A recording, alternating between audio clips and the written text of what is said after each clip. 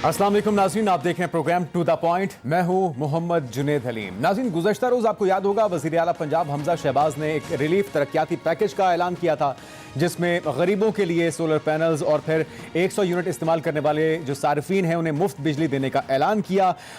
और आपको ये भी याद होगा कि 22 जुलाई को रीपोल होना है वज़ीर आला के चुनाव के लिए, और महदूद इख्तियारात के साथ हमजा शहबाज को इजाज़त दी गई थी कि वो वज़ीर आला पंजाब तो रहेंगे, लेकिन ख़ास तौर पर ऐसे तरक्याती पैकेजेस या तकर्रुर तबादले वो नहीं कर सकेंगे महदूद इख्तियारात की वजह से, जो कि ज़िमनी इंतखाबात पर असरअंदाज हो सकें। इसी मामले को उठाया गया है तहरीक इंसाफ की तरफ से। फवाद चौधरी साहब ने सुप्रीम कोर्ट में ख़त लिखा है और वो इस मामले को सुप्रीम कोर्ट में ले जाने का इरादा रखते हैं कि आखिर अपने जो इख्तियारात हैं उनका नाजायज़ इस्तेमाल करते हुए ज़िमनी इंतखाबात पर असरअंदाज होने की कोशिश क्यों की जा रही है। इसके साथ साथ इलेक्शन कमीशन के ऊपर भी अपने तहफ़्फ़ुज़ात का इजहार तहरीक इंसाफ कर चुकी है, और ये कहा जा रहा है कि जी पूरी प्लानिंग हो चुकी है कि किस तरह से इन इंतखाबात के अंदर जीत के लिए तमाम हरबे इस्तेमाल करने हैं। प्री पोल रिगिंग के भी इल्ज़ामात तहरीक इंसाफ लगा रही है। इसके अलावा तहरीक इंसाफ के चेयरमैन इमरान खान एक बार फिर से आज उन्होंने न्यूज़ कॉन्फ्रेंस की है, जिसमें वो काफ़ी गुस्से में और कुछ परेशान भी दिखाई दिए। उन्होंने कहा है कि उन्हें दीवार से लगाया जा रहा है। वो जानते हैं कि उनके खिलाफ और पाकिस्तान के खिलाफ किसने साजिश की है, और उन्होंने ये भी कहा कि फाशिस्ट हथकंडे इन चोरों को हुकूमत में रखने के लिए इस्तेमाल किए जा रहे हैं। साथ में उन्होंने वार्न भी किया कि अगर ये सिलसिला इसी तरह से जारी रहता है तो फिर वो मजबूर हो जाएंगे कि वो अपनी जुबान खोलें, और एक वीडियो जिसका वो पहले भी तस्करा कर चुके थे कि अगर उनको कुछ होता है, कोई नुकसान पहुंचता है, उनकी जान को कोई खतरा होता है, तो फिर वो वीडियो मंजरेआम पर आएगी जिसमें उन तमाम किरदारों के नाम वो ले चुके हैं, और उस वीडियो को रिकॉर्ड करके वो महफूज मकाम पर रखा हुआ है उन्होंने वक्त पर इस्तेमाल करने के लिए। तो वो कह रहे हैं कि हमें मजबूर ना किया जाए अगर हमें इसी तरह से लेवल प्लेइंग फील्ड ना दिया गया, और जो हमारे हक में सहाफ़ी बोलते हैं उन्हें भी उनके खिलाफ केसेस बनाए जा रहे हैं। उनके अपने खिलाफ उन्होंने कहा कि 15 से ज़्यादा केसेस बना लिए गए, और अगर उनके सब्र का पैमाना लबरेज हो गया तो फिर वो सबके नाम लेने पर मजबूर हो जाएंगे। इसके अलावा ममनुआ फंडिंग केस का नाज़रीन फैसला अगले 24 से 48 घंटे में मुतवक्के है। उसकी वजह ये नज़र आती है कि इलेक्शन कमीशन की और चीफ इलेक्शन कमिश्नर की सिक्योरिटी को गैर मामूली तौर पे बढ़ा दिया गया है। मुमकिना तौर पे क्या फ़ैसला हो सकता है, और इसके तौर पर इस अगर जो भी फ़ैसला आता है तहरीक इंसाफ के हक़ में आता है या उनके ख़िलाफ़ आता है, उनका मुमकिना रद्द-ए-अमल क्या हो सकता है, इस पर भी आज के प्रोग्राम में बात करेंगे। जो मेहमान हमारे साथ होंगे उनका तारुफ आपसे करवा देते हैं। सेनेटर अफनानुल्लाह खान साहब हमारे साथ मौजूद होंगे, तहरीक इंसाफ की रहनुमा मुसर्रत जमशेद चीमा साहबा हमें ज्वाइन करेंगी, और इसके साथ साथ सायरा बानो साहबा जो कि GDA की रहनुमा हैं, ये हमारे साथ मौजूद होंगी। आगाज़ आपसे करते हैं अफनानुल्लाह साहब, जिस तरह से ये इल्ज़ाम लगाया जा रहा है तहरीक इंसाफ की तरफ से कि उन्हें दीवार से लगाया जा रहा है, फस्तायत का मुजाहरा किया जा रहा है, उनके हक़ में जो सहाफ़ी बोलते हैं उन्हें टारगेट किया जाता है, उनकी बेगम साहबा को, उनके भाइयों को, उनके ख़ानदान को अब रगेदा जा रहा है, इस वजह से कि ये जो एक बड़ा एजेंडा है, जो बैनुल-अक़वामी साजिश हुई है रिजीम चेंज की, उसके खिलाफ ये सारे लोग बात कर रहे हैं। तो यही एतराज़ात तो आप लोग उठाते थे कि विच हंटिंग की जा रही है, नैब के केसेस बनाए जा रहे हैं। तो अगर वही रवैया या उसी तरह का सलूक आप इस जमात के साथ करेंगे तो कल को आपको भी अपोजिशन में आना है, तो ये सिलसिला कब तक चलता रहेगा? जी बिस्मिल्लाह रहमान रहीम। देखिए, बात यह है कि हमारे ख़िलाफ़ जो विच हंट किया गया और 4.25 साल मरीम नवाज़ साहिबा पे मियाँ मोहम्मद नवाज़ शरीफ साहब की जो फैमिली है उनके ऊपर, शहबाज शरीफ साहब की फैमिली इस हद तक कि उनकी जो बेटियां उनके ऊपर जो है वो केसेस बनाए गए जाली, और किसी को छोड़ा नहीं गया। और इन्होंने 4.25 साल ये केसेस जो हैं वो सहे, और उसके बाद जो है कुछ नहीं निकला। एक जो कन्वेंशन थी वो आपको जानते हैं, जज अरशद मलिक ने उसके ऊपर क्या कहा वो सारा पाकिस्तान जानता है। तो वो तो इस इम्तिहान में सुर्खरू हो चुके हैं। अब बात यह है कि पाकिस्तान के अवाम सवाल हमसे ये करते हैं कि आपने 170वें नंबर के ऊपर करप्शन परसेप्शन इंडेक्स छोड़ा था। 170वें नंबर पे थे हम दुनिया में, हमें 136वें नंबर पे मिला था 2013 में, 170वें नंबर पे हम लेके गए ट्रांसपेरेंसी इंटरनेशनल के मुताबिक, और ये अब 140वें नंबर पे छोड़ के गए। तो वो ये पूछते हैं कि ये जो 23 मुल्क से ज्यादा हमारे मुल्क में करप्शन हुई है, ये किधर हुई है करप्शन? तो उसका जवाब जो है वो ज़ाहिर है, हम ये तो नहीं कह सकते कि जी अब क्योंकि इमरान खान साहब जो है वो मतलब कि उनको छोड़ दिया जाए। भाई बात ये है कि आपने अपनी फ्रंट वुमेन फरा गोगी के साथ मिल के रिंग रोड के ऊपर आपने माल बनाया, आपने जो है वो रावी अर्बन डेवलपमेंट अथॉरिटी में माल बनाया, आपने जो है वो उधर ये फैसलाबाद इकोनॉमिक जोन के अंदर 10 एकड़ ज़मीन अलॉट करवा ली, उसके अलावा और बेताशा तोशा खाना का केस आपके ऊपर है। तो भाई बात यह है कि आप कोई आसमान से तो नहीं उतरे ना कि आप करप्शन करें, आप दर्ज देते थे करप्शन के खिलाफ, आप खुद करप्शन करें, पकड़े जाएं तो आप कहेंगे जी मुझे दीवार से लगाया जा रहा है। आप फॉरेन फंडिंग केस के अंदर आप रुमीता शेट्टी जो एक इंडियन नेशनल है उससे आप पैसे ले लें, आप कहें मुझे कुछ ना कहो। आप जो है वो वूटन क्रिकेट लिमिटेड से 2.1 मिलियन डॉलर ले लें, आप कहें मुझे कुछ ना कहो। भाई ये तो नहीं हो सकता ना। अफनान साहब, कोई सबूत भी है या सिर्फ इल्जामात ही रहेंगे? हमने देखा माजी में साल हा साल केसेस चलते रहे अदालतों के अंदर, करोड़ों रुपया अरबों रुपया आवाम के टैक्स का लगता रहा, निकला कुछ भी नहीं, एंड में क्लीन चिट मिल गई। तो क्या अभी यही होने जा रहा है? सिर्फ वक्ती तौर पे प्रेशराइज करने के लिए हो रहा है या फिर वाकई में आपको लगता है कि कुछ निकलेगा भी से इन केसेस में और आपके पास ठोस सबूत मौजूद हैं? देखिए, ये जो मैं रुमीता शेट्टी वाली और वूटन क्रिकेट लिमिटेड वाली बात कर रहा हूँ, ये तो पीटीआई मान चुकी है ना। ये तो इलेक्शन कमीशन के डॉक्यूमेंट्स को अगर आप जाके देख लें, उसमें ये बात वो मान चुके हैं कि ये हमने पैसे लिए हैं। इसके ऊपर पूरा एफिडेविट जमा हुआ है, आप जाके चेक कर सकते हैं। इसके अलावा और बहुत सारे लोग हैं जिनसे इन्होंने इलीगल फंडिंग ली है, इन्होंने शेल कंपनियां बना बना के फंडिंग ली है। पाकिस्तान का कानून, इलेक्शन कमीशन का कानून ये कहता है कि आप किसी फॉरेन नेशनल से पैसे नहीं ले सकते, आप इस तरह फंड रेजिंग नहीं कर सकते जिस तरह ये लोग करते हैं। इन्होंने पैसा जहां से इनको मिल रहा था इन्होंने लिया, इन्होंने कोई इस चीज का लिहाज ही नहीं किया, इस हद तक कि इन्होंने इंडियन नेशनल से पैसे ले लिए। तो फिर जाहिर है इसके ऊपर अगर कानून ये कहता है कि आप नहीं ले सकते और आपने कानून को तोड़ा है, तो फिर कानून के मुताबिक ही आपसे जो है वो डीलिंग होगी ना। आप कोई अनोखे लाडले हैं, आपके सर पे सिंह है, आपको छोड़ दिया जाए? क्यों छोड़ा जाए भाई? आपने गलत काम किया, आपने इस मुल्क का कानून तोड़ा है, आपको उसके हिसाब से आपको डील किया जाएगा। आपको बड़ी लीनेंसी मिल गई, आपको बड़ा आपको क्या कहते हैं जो है वो 26 साल जो है वो जिस तरह पाला गया वो सारा पाकिस्तान जानता है। तो अब और जो बाकी केसेस मैंने आपको बताए हैं वो केसेस जो हैं वो अपने लॉजिकल कंक्लूजन पे पहुंचेंगे। ठीक है, चलिए देख लेते हैं, क्योंकि ऐसा माजी में तो ऐसा नहीं होता रहा। 12-12 साल भी केसेस चले, उसके बाद क्लीन चिट मिलती गई। सारा साहब, आपके ख्याल में किसका मौक़िफ़ दुरुस्त है? जो इल्जामात साबिका अपोजिशन यानी कि जीडीए की तमाम जमातें, जीडीए मैं कह रहा हूँ, पीडीएम की तमाम जमातें तहरीक इंसाफ पर लगाती रही, आज वही एतराज़ तहरीक इंसाफ को इस मौजूदा इत्तेहादी हुकूमत से है। आपके ख्याल में इस तरह के केसेस होने चाहिए? और अगर वाकई में सच्चे केसेस हैं तो फिर इस पर एतराज़ बनता है तहरीक इंसाफ का? सुनिए, आपको मेरे अस्सलाम वालेकुम, मेरे चेहरे पे बेजारी नजर आ रही होगी। क्या वजह उसकी? आपने शुरू में एक लफ्ज इस्तेमाल किया था कि सबर का पैमाना लबरेज हो गया, शायद खान साहब का कोई लफ्ज आपने कहा था जी। तो प्लीज आवाम का भी सबर का पैमाना लबरेज हो गया और मेरे भी सबर का पैमाना लबरेज हो गया। सही, मतलब पहले उसमें कौन सा वो हो गया, मतलब आपको कहीं से ये सियासत लग रही है, लग रहा है कुछ लोगों के दरमियान ये लड़ाई चल रही है, तलवारें दे दें इनको ताकि एंड में जो बचे फिर वो कर ले हम पे हुकूमत। तो आपको सारा साहब अभी ऐसा लग रहा है अपने हल्के से होकर आ रही हूं, 2018 से ये सिलसिला चल रहा है कुछ लोगों की जाती लड़ाई का? नहीं, यही चल रहा है। आप मुझे बताएं कि अगर उन्होंने भी इल्जाम दर इल्जाम की सियासत की, जो कि अगर उनको अपने काम पे तवज्जो देनी चाहिए, मैं पिछली गवर्नमेंट की बात कर रही हूँ, 3.5 साल ये सुनते रहे, मतलब आप मुझे बताएं, आपको अपने यहाँ पे सारे निजाम का पता है।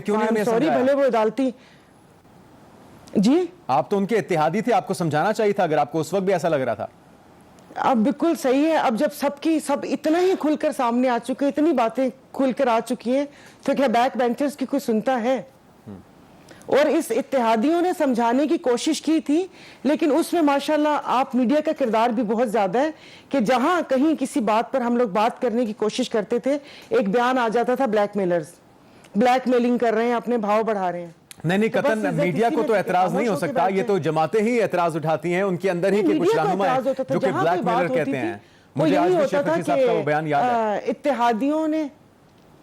इत्तेहादियों ने वो कर दिया। बाकी ये देखें अभी इस वक्त मुल्क कहाँ जा रहा है, मैं अभी अपने हल्के से होकर आ रही हूँ, जहां पर वहां पर मैं लोगों का रोना और आंसू सुनकर आई हूँ। मुझे आप यकीन नहीं करें, बिल्कुल भी दिलचस्पी नहीं है कि किसका केस नहीं, फराग गोगी ने क्या किया, उन्होंने क्या जवाब दिया, उन्होंने क्या जवाब नहीं दिया। आई स्वेयर टू गॉड मुझे ना बिल्कुल भी इस चीज से कतई दिलचस्पी नहीं है। लेकिन सारा साहब बिल्कुल आपकी बात ठीक है, किसी आम पाकिस्तानी को भी इस चीज से दिलचस्पी नहीं है, लेकिन जब सियासी गैर यकीनी होगी, सियासी इंतशार होगा तो उसके बराह रास्त असरात मुल्की निज़ाम पर, उसकी मईशत के ऊपर, इकॉनमी के ऊपर तो पड़ते हैं। फिर जारी बात है सफ़र बिलाखिर अवाम ही करती है इस इंतशार की वजह से। नहीं तो ये होता है। अब आप मुझे बताएं ना कि ये अवाम बेचारी क्या कर सकती है, जो करता धरता बन के बैठे हुए हैं और किसी ने कुछ सोचा है। मुझे ये बताइए सारा साहबा के आप लोग पहले इत्तेहादी रहे, जीडीए की तरफ से यकीनी तौर पे सवालात उठाए जाते होंगे, लेकिन उसका कोई अमल हमने नहीं देखा कोई बेहतरी की सूरत में, खासतौर पे सिंध की पसमानदा जो सूरत हाल है। आज आप एक बार फिर से अपोजिशन बेंचेस पर हैं, लेकिन आपकी मौजूदगी में तमाम तर बिल जिस पे तहरीक इंसाफ को एतराज़ात हैं, जो कि लग रहा है बज़ाहिर एक तासुर मिलता है कि हुकूमत के फ़ायदे में जाएंगे, उसको रोकने में भी आप लोग नाकाम रहे। तो हासिल क्या किया फिर जीडीए ने? तो जाहिर है देखिए ना, आप 4-5 लोग, हम तो अपने आप को 4 की ही अपोजिशन कहते हैं कि 3 जीडीए के और 1 मौलाना अकबर चित्राली हैं। अब 4 बंदे और दूसरी तरफ इतनी वो 13 जमातों का गप्पा घोटाला तो नहीं हो सकता ना सामने। मतलब यानी कि जीडीए बेबस है, बिलों को नहीं रोक सकते। लेकिन आपको तो अपने हल्के के अवाम को तो जवाब देना होगा, वो तो आपकी बेबसी को तस्लीम नहीं करेंगे। उन्होंने आपको वोट दिए हैं, इसीलिए अवाम में भेजा। बिल्कुल सही कह रहे हैं कि वो जब पहले भी जाते होते थे, मैं तो पहले भी अपने आप को कसूरवार गर्दानती थी। अगर कोई वहां पर पीटीआई के लिए बात करता था तो जाहिर है उस चीज़ में मैं भी हिस्सेदार थी। अगर मैंने भी किसी बजट में या सब में हाँ की है तो उसमें मेरा भी हिस्सा है, भुगतना तो सबको पड़ेगा। ठीक है। अच्छा अफनान साहब, ये जो इल्ज़ामात लग रहे हैं मुसलसल के जानिबदारी का मुजाहरा किया जा रहा है, प्री पोल रिगिंग की पूरी तैयारी हो चुकी है, तहफ़्फ़ुज़ात का इजहार तहरीक इंसाफ बारहा कर चुकी है इलेक्शन कमीशन पे, इसकी मुमकिना तौर पे वजह क्या हो सकती है अगर आपके ख्याल में सिर्फ इल्ज़ामात हैं, और अगर वाकई में ऐसा कुछ है मामला प्री पोल रिगिंग का? क्योंकि आपको 2018 के इंतखाबात पे तहफ़्फ़ुज़ात रहे, उसके बाद भी आप कहते हैं कि ये लाडले हैं, इन्हें हर चीज़ बना के पेश की जाती है, तो ये तो बड़े संगीन इल्ज़ामात हैं। 13 जमातों का इत्तेहाद है, कुछ वक्त से पहले कर लीजिए, नहीं तो फिर वो 4 हल्कों वाला मामला और उस तरह के इल्जामात फिर से सामने आएंगे। देखिए बात यह है कि जब इन्होंने डस्का के अंदर धांधली की तो हमने सबूत लेके गए ईसीपी, और ईसीपी ने कहा कि हाँ जी बिल्कुल धांधली हुई है। अब ये तो इलेक्शन से पहले अब रोना धोना, इनको पता है ये हार जाएंगे, इनको नज़र आ रहा है कि इनके कैंडिडेट्स कमज़ोर हैं, कैंपेन नहीं हो रही, लोग नहीं निकल रहे, तो ज़ाहिर है अब वो पहले से इन्होंने ये वही जो हमेशा इनकी हरकतें हमेशा रही हैं वही है कि जी हम तो मतलब हमारे खिलाफ ये हो। भैया आप हार जाएंगे वैसे ही, आप जब हुकूमत में थे तब भी आपको हम हरा लेते थे। आप 16 में से 13 बार इलेक्शन हार गए थे जब आपकी अपनी हुकूमत थी, तो अब आप कहाँ से जीतेंगे? तो बात ये है कि ये अपनी शिकस्त तो मानेंगे नहीं, ये और ये जीतना इन्होंने है कोई नहीं, क्योंकि कोई आवाम भूली तो है नहीं कि पौने 4 साल इस मुल्क में क्या इन्होंने किया है, कैसे इन्होंने पंजाब में दवाइयाँ बंद कर दी लोगों की अस्पतालों में, कैसे कैंसर पेशेंट्स की दवाइयाँ जो है इन्होंने बंद कर दी, कैसे इन्होंने जो है वो पंजाब से साथ बदला लिया, उसके बड़े लार्ज प्रोजेक्ट्स जो मेगा प्रोजेक्ट्स थे उनको कंप्लीट नहीं किया, जो हम छोड़ के गए थे वो वहीं के वहीं रहे, और एक ऐसा टोला पंजाब पे मुसल्लत कर दिया जो ट्रांसफर पोस्टिंगों के ऊपर माल बनाता रहा। तो वो आपके ख्याल में कि पंजाब के अवाम इनको वोट डालेंगे उस्मान बुज़दार साहब के कारनामों के ऊपर? तो वोट तो इनको पढ़ना कोई नहीं है, और ये इनको अच्छी तरह मालूम है कि इनको वोट नहीं पढ़ना। तो ये पहले से अब रोना धोना मचा दिया कि जी हम भाई आप सबूत दें ना, आप जाएं सुप्रीम कोर्ट लेके सबूत, आपको तो एंटरटेनमेंट वहाँ पे आपको एंटरटेन कर रहे हैं वो लोग, आप जाएं वहाँ पे जाके वो आप बताएं। यानी कि आपको लगता है कि अपने डर के खौफ से ये इल्जामात लगाए जा रहे हैं। ठीक है, एक ब्रेक लेते हैं, एक ब्रेक के बाद नाज़िम के सिलसिले को यहीं से आगे बढ़ाएंगे।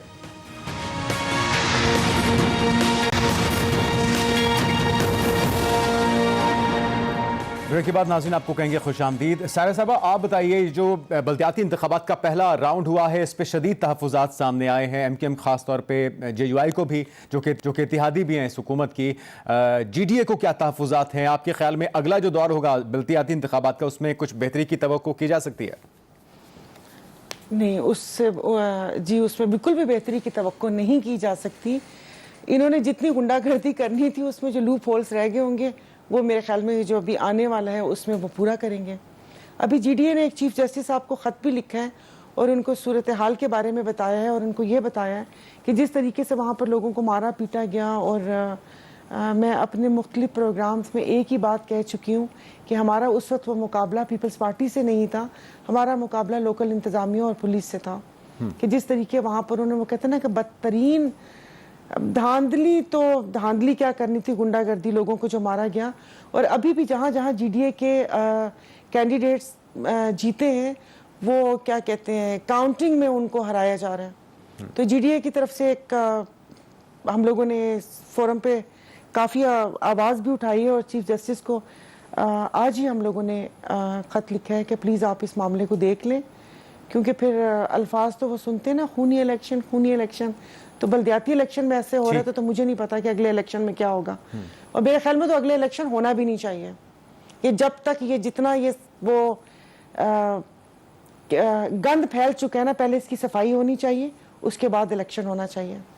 ठीक है, मैं मुशर्रफ साहबा की तरफ आऊंगा, उन्होंने हमें ज्वाइन कर लिया है। और उससे पहले अफनान साहब, ये तो बड़ी भारी जिम्मेदारी है, बल्कि टेस्ट केस भी है इस हुकूमत का कि आम इंतखाबात से पहले आप साफ, शफाफ और पुरअमन इंतखाबात के इनेकाद को यकीनी बनाएं, ताकि जो माजी में सवालात उठते रहे, एतराज़ात उठते रहें और आपको भी सबसे ज़्यादा तहफ़्फ़ुज़ात रहे हैं तहरीक इंसाफ पे, उनको फेवर देने के, तो ये चीज़ें तो ख़त्म होनी चाहिए। उसके लिए क्या कर रहे हैं आप? देखिए, हमने जो है इलेक्शन एक्ट 2017 बनाया था, जिसके अंदर तमाम पॉलिटिकल पार्टीज़ उसके ऊपर एग्री कर गई थी। उसके बाद हमने वो बिल जो है, वो एक्ट जो है वो पास कराया था 2017 में। ये इसमें पीटीआई भी इंक्लूडेड है। तो हमने तो तमाम पार्टीज़ को ऑन बोर्ड करके उसके ऊपर काम किया था, और अभी भी हम बिल्कुल तैयार हैं। अगर किसी के पास कोई सजेशन है जो वो देना चाहता है कि इलेक्शन प्रोसेस को इम्प्रूव करने के लिए लेजिस्लेशन की जाए, तो हम बिल्कुल हमारे दरवाजे खुले हैं, हम बातचीत करने के लिए बिल्कुल तैयार हैं। और जो है वो मैं बिल्कुल इस चीज़ को मैं कंडेम करता हूँ कि कहीं भी कोई भी जो है वो किसी भी किस्म की रिगिंग करे या वायलेंस का इस्तेमाल करे इलेक्शन के रिज़ल्ट को तब्दील करने के लिए, वो अनएक्सेप्टेबल है। और मेरा ये ख्याल है कि जो भी किसी के तहफ़्फ़ुज़ात हैं वो एविडेंस इकट्ठा करके ECP को जमा कराए और आवाम के सामने भी लेके आए, ताकि जो है ये इस चीज़ को रोका जाए। क्योंकि ये मुल्क की जमहूरियत के लिए ठीक नहीं है कि अगर मुल्क के अंदर इलेक्शनों के अंदर जो है वो मामलात जो है वो ख़राब किए जाएँ और उधर खून रेजी हो। तो इसके अंदर तो हम लोग बड़े क्लियर हैं। लेकिन आप ये बात ज़रूर ध्यान में रखिएगा कि हम इलेक्शन जो है वो हुकूमत तो कराती नहीं है, इलेक्शन कराती है इलेक्शन कमीशन ऑफ पाकिस्तान। तो वही क्या कहते हैं, और जो इलेक्शन कमिश्नर लगे हुए हैं वो हुकूमत जो उस वक़्त की थी और जो अपोजिशन थी उन्होंने मिलकर लगाए थे। तो अब जो है अगर किसी को कोई इशू है तो वो अपना केस उनके सामने प्लीड करे और जो एविडेंस वगैरह उनको दे, और मुझे यकीन है वो एक्शन लेंगे इसके ऊपर। ठीक है, उम्मीद करते हैं कि इस पे जल्द से जल्द इसका सद्भाव मुमकिन हो सकेगा। मेरे पाकिस्तान है। जी मुशर्रफ साहब, इससे पहले कि मैं आपकी तरफ आऊँ इस मामले के ऊपर, पहले ये बताइएगा, जो खान साहब ने आज न्यूज़ कॉन्फ्रेंस की है उसमें उन्होंने एक तो परेशानी उनकी दिखाई दी कि उन्हें दीवार के साथ लगाया जा रहा है, फासिस्ट हथकंडे इस्तेमाल किए जा रहे हैं। कौन उन्हें दीवार से लगा रहा है? वो जो वीडियो का वो तज़किरा कर रहे हैं, आज भी उन्होंने बात की कि अगर उनकी जान को कोई खुदा न खास्ता नुकसान पहुँचता है तो फिर उस वीडियो के अंदर तमाम किरदारों के नाम लिए जा चुके हैं। किसके लिए ये पैगाम था? कौन उन्हें दीवार से लगा रहा है? बिस्मिल्लाहिर्रहमानिर्रहीम, बहुत शुक्रिया। देखें, सबसे पहले तो जो कुछ इस मुल्क में हो रहा है ये बदतरीन डिक्टेटरशिप में भी नहीं हुआ। आप ये देखें, अयाज अमीर के ऊपर हमारे वो बड़े हैं, बुजुर्ग हैं, हमारे मतलब वालदैन से भी उनकी उम्र ज्यादा है। और फिर जिस तरह से इमरान रियाज खान, साबिर शाकिर और समी इब्राहिम और बाकी बहुत सारे लोग हैं, जमील फारूकी। इसी तरह मैं अगर अपनी बात करूं, हमारी पार्टी की लीडरशिप, हमारे ऊपर बेशुमार दहशतगर्दी की FIRs हैं। फिर उसके बाद हमारे ऊपर बेशुमार मुकदमात हैं, और एक ही वक्त में हम लोग इस्लामाबाद में भी मौजूद थे और यहाँ भी मौजूद थे। ये कौन, किधर से इंस्ट्रक्शंस आ रही हैं? ये कौन है जिन्होंने हमारे ऊपर दहशतगर्दों वाली शेलिंग का इस्तेमाल करके बाद में हमें दोबारा धमकियां लगाई? कहाँ पॉलिटिकल मूवमेंट के ऊपर, कहाँ पॉलिटिकल जलसों के ऊपर? अभी दोबारा हमने किया है ना इस्लामाबाद में जलसा, कितना को हमने नुकसान पहुंचाया है। लिहाजा इस मुल्क में पाकिस्तान की सबसे बड़ी पॉपुलर सियासी जमात का नाम है पाकिस्तान तहरीक इंसाफ।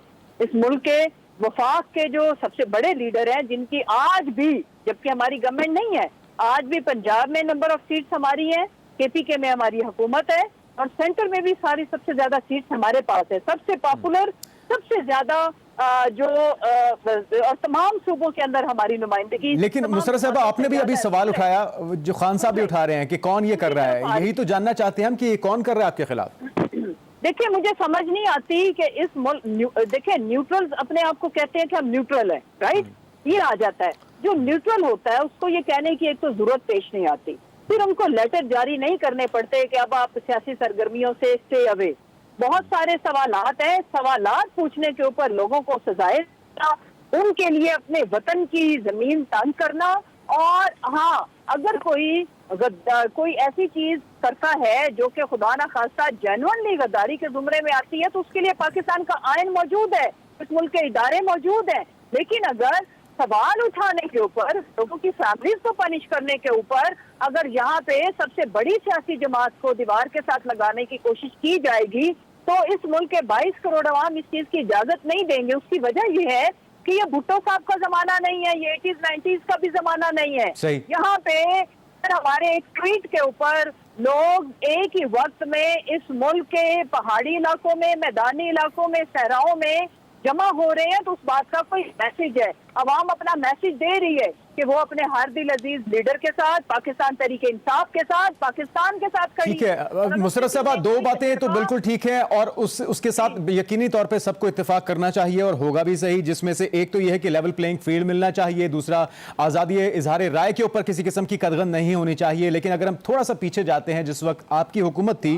तो राना सनाउल्लाह साहब पे मनशियात का केस बनाया जाता है, मोहसिन बेग साहब, मतीउल्लाह जान साहब, अबसार आलम साहब, हामिद मीर साहब, असद तूर साहब, तलत हुसैन साहब, नुसरत जावेद साहब, नजम सेठी साहब, इन सारों को आपने ही तशद्दुद, आपकी हुकूमत में ही तशद्दुद का निशाना बनाया गया या फिर उन्हें ऑफर कर दिया गया मेन स्ट्रीम मीडिया से? बड़ा अच्छा सवाल है। तो ये आप नहीं समझती कि ये जो कल आपने बोया था आज आपको काटना पड़ रहा है? वैसे तो असूली तौर पे दोनों सूरतों में गलत है, लेकिन आपको याद है सारा कुछ? वैसे नहीं, देखें, सबसे पहले तो ये कि जो ये इक़दामात कल कर रहे थे आज भी वही कर रहे हैं, पहले तो ये। लेकिन दोनों के देखें, हमने कभी किसी का नाम लेके, ये जो एंकर्स हैं इन्होंने कभी किसी की कैरेक्टर असैसिनेशन नहीं की। यानी कि अगर आप हामिद मीर का एक्शन, वो भी गलत थे और हमारी गवर्नमेंट ने, हमने हमेशा इस चीज को कंडेम किया और ऑन रिकॉर्ड है। आप हमारी तमाम लीडरशिप के, लेकिन जिम्मेदारान तो आज तक सामने ना आ सके। शायद उस वक्त सामने आए होते तो आज आप लोगों के हक में बोलने वाले सहाफियों के साथ ऐसा ना होता, आप लोगों के खिलाफ भी केसेस ना बनते। मेरा मानना यह है कि वो पाकिस्तान तरीके इंसाफ के हक में नहीं बोल रहे, वो चीख के आके कह रहे हैं कि हमें जो इन्होंने ट्रेनिंग की थी आज भी हम उसी चीज के ऊपर कायम है। आपको जो ट्रेनिंग दी गई आज वो ऑल ऑफ सडन सब गलत साबित हो। ये ट्रेनिंग किसने दी थी और कहाँ दी गई थी ये ट्रेनिंग? मेरा ख्याल है कि आप मीडिया से वाबस्ता है, आपने इमरान रियाज खान का जो रात का जो था ना वीलॉग, वो सुनो।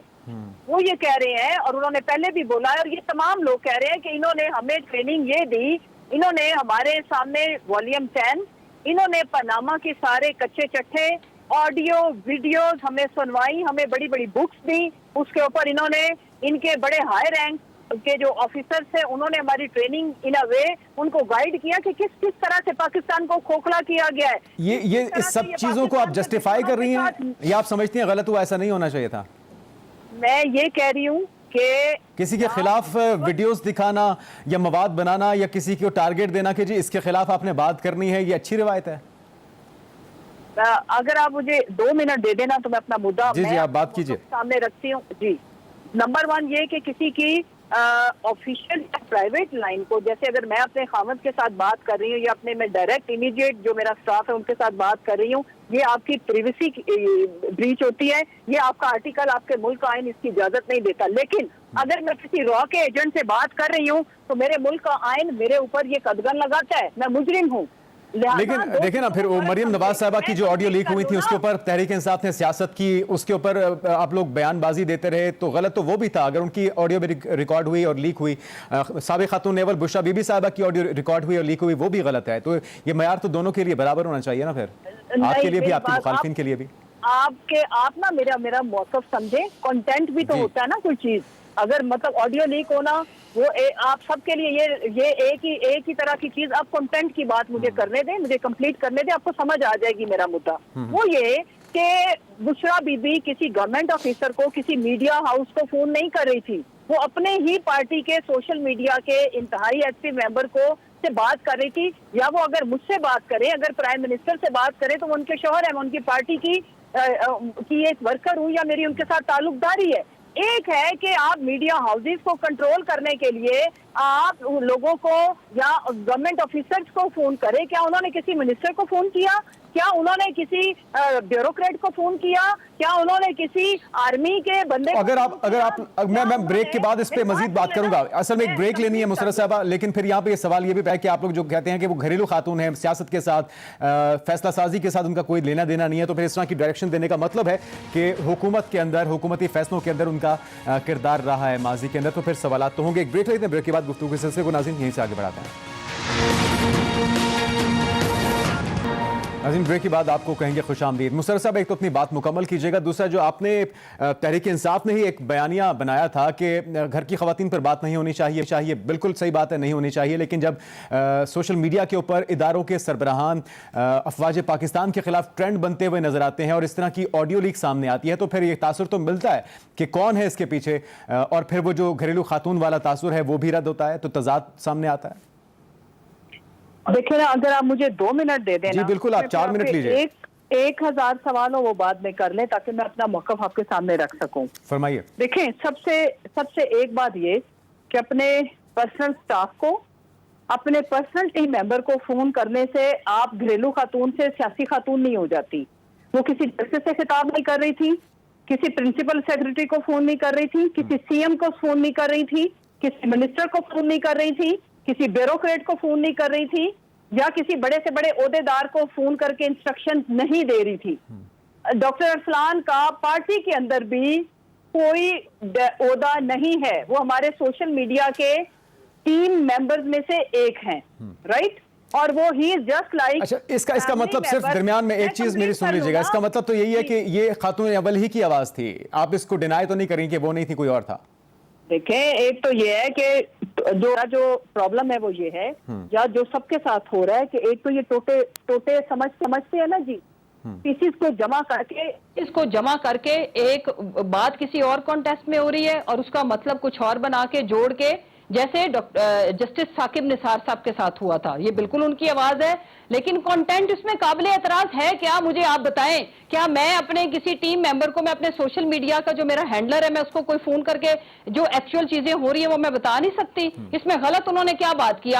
मैं आपसे सवाल करती हूँ। अब दूसरी जो चीज है ना, आप ऐसे नहीं कर सकते।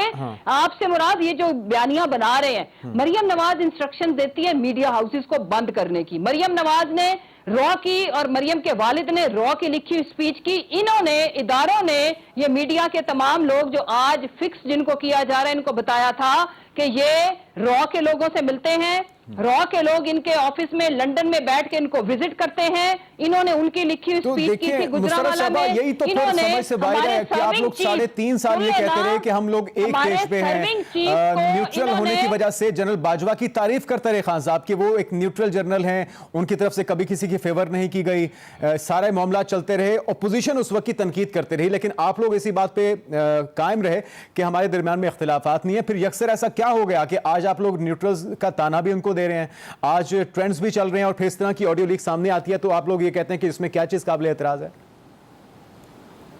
देखिए, सबसे पहले ये कि ट्रेंड इस वक्त 22 करोड़ आवाम को, अगर ये कोई जेलें ऐसी हैं, कोई अदालतें ऐसी हैं, कोई डाले हैं, तो भर लें। वो लोगों की ओरिजिनल थॉट है। तो इससे बेहतर नहीं है, इस महाजराई से मुशर्रफ साहब बेहतर नहीं है कि वो भी इसी मुल्क के इदारे हैं, आप लोग 3 साल 3.5 साल अंडरस्टैंडिंग के साथ चलते रहे, तो बजाय इसके कि सोशल मीडिया पे ऐसे ट्रेंड्स चलवाए जाएं या उस पर तनकीद की जाए, आप लोग राब्ता करने की कोई कोशिश हुई है कि ये बर्फ पिघले किसी तरीके से, और अगर आपको कोई तहफुजात हैं तो वो बगैर किसी ऐसी मुहिम चलाए दूर हो सके? बात करते रहे। I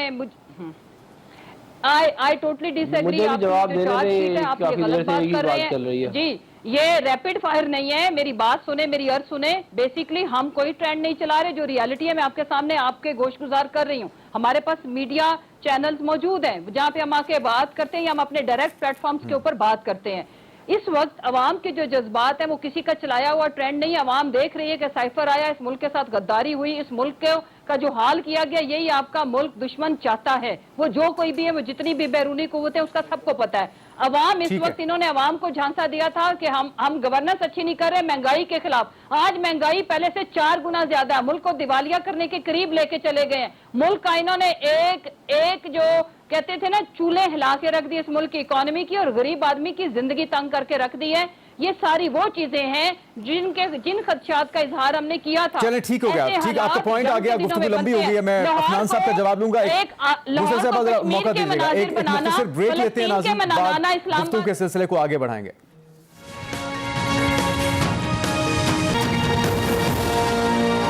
नाज़रीन, ब्रेक के बाद खुशामदीद। जी अफनानुल्लाह साहब, रिस्पॉन्ड कीजिएगा। देखिए, बहुत सारी बातें इन्होंने की हैं। एक, इन्होंने इतना बड़ा इल्ज़ाम लगा दिया कि जी रॉ के जो है वो मामला, मतलब कि कोई देखे ना, कोई सब्सटेंसिव बात होनी चाहिए। मतलब रमीता शेट्टी से पैसे इनकी पार्टी ने लिए, जो रिकॉर्डेड है, इलेक्शन कमीशन के पास ये रिकॉर्ड हुआ है कि इन्होंने इंडियन नेशनल से पैसे लिए हैं, और ये इल्ज़ाम दूसरों पे लगा रहे हैं। और ये कह रहे हैं कि इतनी ज़बरदस्त ये इकॉनमी छोड़ के गए थे, तो ये अगर इतनी ज़बरदस्त इकॉनमी छोड़ के गए थे तो 3 महीने में उसका इतना बुरा हाल क्यों हो गया। और बात ये है कि ये लोग ये कहते हैं कि हम जो मर्जी करें, हम पे कोई कायदा कानून नहीं लगता, मगर और कोई नहीं करेगा। भाई, आपको मरियम नवाज की पॉपुलैरिटी का खौफ है, आप इसलिए उनको टारगेट करते हैं। आपके पास इसके अलावा और कुछ चारा ही नहीं है। आप वो जहां जाती है इतने बड़े बड़े जलसे करते हैं, आपसे होते नहीं है, तो आप उनको टारगेट करते हैं। रिलीफ पैकेज है हमजा शहबाज साहब की तरफ से, ये तो वायलेशन दिखाई देती है सुप्रीम कोर्ट और इलेक्शन कमीशन दोनों की। नहीं, देखिए, मुझे आप एक बात बताएं, हम जो है वो गवर्न कर रहे हैं, बिजली के बिल ऊपर जा रहे हैं, हम गरीब लोगों को छोड़ दें। हमने उनको रिलीफ देने के लिए एक जो है वो काम किया है, जिसके अंदर हम 22 जुलाई को आपको पता है रिपोर्ट होना है, उससे पहले तक तो एहतियात बरतनी चाहिए। नहीं, क्यों हम, मतलब हम पहले इन्होंने 3 महीने इन्होंने जाया कर दिए इस तरह मुल्क के फजूल, क्या कहते हैं, पहले भी इसी तरह 2013 से 2018 मुल्क में इंतशार फैलाते रहे, अब ये दोबारा इंतशार फैला रहे। तो ये इंतशारी लोगों के साथ तो हम नहीं, क्या कहते हैं, कर सकते। और बाद जो है मैं ये भी करूंगा कि ये देखें, ये जो बुशरा बीबी हैं, ये असल डॉक्टर अरसलान को कह रही हैं कि गद्दारी के ट्रेंड बनाओ, और ये इन्होंने मान लिया कि इन्हीं की कॉल थी। ये मुझे बताएं ना, ये कहाँ की, क्या कहते हैं, ये सियासत है कि आप झूठे ट्रेंड लोगों के खिलाफ बना रहे, आप कह रहे हैं नहीं, उन सबको लिंक कर दो गद्दारी के साथ। ये कौन सा तरीका है? आप कौन होती है भाई बनाने वाला, आप लिंक करने वाली गद्दारी के साथ? वो कहते हैं और कोई एतराज बात नहीं, अगर ये उनकी भी आवाज है। ठीक है, अच्छा चलें, सारा साहब का भी मौक़िफ़ जानते हैं। ये गद्दारी का मामला जो है, ये कोई बात मामूली तो नहीं है ना। आप लोगों को गद्दार बना रहे हैं, ये कोई तरीका है? और ये जो साफियों को ये कह रहे हैं बड़ी बदतरीन डिक्टेटरशिप थी। आप याद करें, अफसार आलम साहब को गोली मार दी, और उसके बाद कह रहे हैं ये तो एक्टिंग कर रहे हैं, गोली नहीं मारी हम। वो भी गलत था, दौर में ये कारनामे हो रहे थे। अफनान साहब, जो आज हो रहा है ये भी गलत है, वही इल्जामात आप पे लग रहे हैं। देखिए, मैं किसी भी जर्नलिस्ट को नहीं करना चाहिए, लेकिन जर्नलिस्ट को नहीं करना चाहिए, जर्नलिस्ट है ही नहीं, जो पार्टी का अहदेदार बन गया है किसी, उसको तो आप सियासी तौर पे डील करेंगे ना। जर्नलिस्ट का ये काम तो नहीं, पॉलिटिकल पार्टी को ज्वाइन कर ले। आपका क्या मौक़िफ़ है? आपका क्या मौक़िफ़ है? आप मुझसे बात कर रहे हैं? जी जी सारा साहब, ये जो सारी गुफ्तगू हुई है, इस पे मौक़िफ़ पूछिए। जी बिल्कुल, बहुत ही काम की चीज है ये छोटा सा मोबाइल। इसमें लोगों का जो पीछे के बयानात कहे हुए वो भी होते हैं, और मजे की बात है कि डिलीट भी नहीं होते। नहीं तो आप समझती हैं कि तहरीक-ए इंसाफ ने जो कल बोया था, आज वही काटना पड़ रहा है उन्हें? तो देखिए, वो सभी का आप देख लेना, सिर्फ तहरीक इंसाफ नहीं, अभी मैं कुछ वीडियोस देख रही थी, आप उसे पेट्रोल पे ले लें, IMF पे ले लें, किसी भी प्रोग्राम में ले लें, वो माशाल्लाह हर किसी की हर दौर की वीडियो मौजूद है। तो मुझे समझ नहीं आती वो इतनी जल्दी इनको सारा वो हो कैसे जाता है। उससे पहले आपने अभी इदारों की बात की थी, तो ये जिस वक्त रेजोल्यूशन आई थी, तो मेरा क्वेश्चन था स्पीकर साहब से कि ये रेजोल्यूशन जो है ये क्या आज के दिन से अप्लाई होगा? क्योंकि मतलब माशाल्लाह से इतने धड़ल्ले से वो रेजोल्यूशन पढ़ी जा रही थी कि जिस जमात ने ट्रेंड निकाला, आज वो वहां पर खड़े असेंबली में वो कह रहे ना, खुदा के 99 नामों के नीचे खड़े होकर वो रेजोल्यूशन पेश कर रहे थे कि इदारों के खिलाफ नहीं बात होनी चाहिए। तो देखिए, जितनी भी बातें हुई हैं, मुझे तो इन सब बातों के साथ हर किसी से इख्तलाफ है, क्योंकि मेरे पास जवाबात मौजूद लेकिन ये जो रिलीफ पैकेज दिया है हमजा शहबाज ने पंजाब के लोगों के लिए, आपके ख्याल में वाकई में अवाम का दुख और दर्द को महसूस करते हुए ये ऐलान हुआ, या फिर प्रीपोल रिगिंग में शुमार किया जाए? 100 यूनिट मेरे ख्याल में 2000 तक बनते हैं, रुपीस में 2000 बनते हैं, शायद इतने होंगे। 100 यूनिट की बात हुई है, और 6 महीने की है, वो कह रहे हैं कि उनके बिल माफ होंगे। 30 रुपए का यूनिट है। 2000 से ऊपर क्यों नहीं बढ़ते? आगे का नहीं बताया ना कि अगर किसी के 110 होंगे या 130 होंगे, उसका क्या होगा? ऑब्वियसली उसको तो चार्ज किया जाएगा, ये 100 या उससे नीचे वाले, उसका होगा। जितना भी है, खैर यूनिट को छोड़िए, आप ये बताइए कि ये अवाम का दर्द महसूस हुआ है या फिर प्रीपोल रिगिंग कहेंगे आप इसे?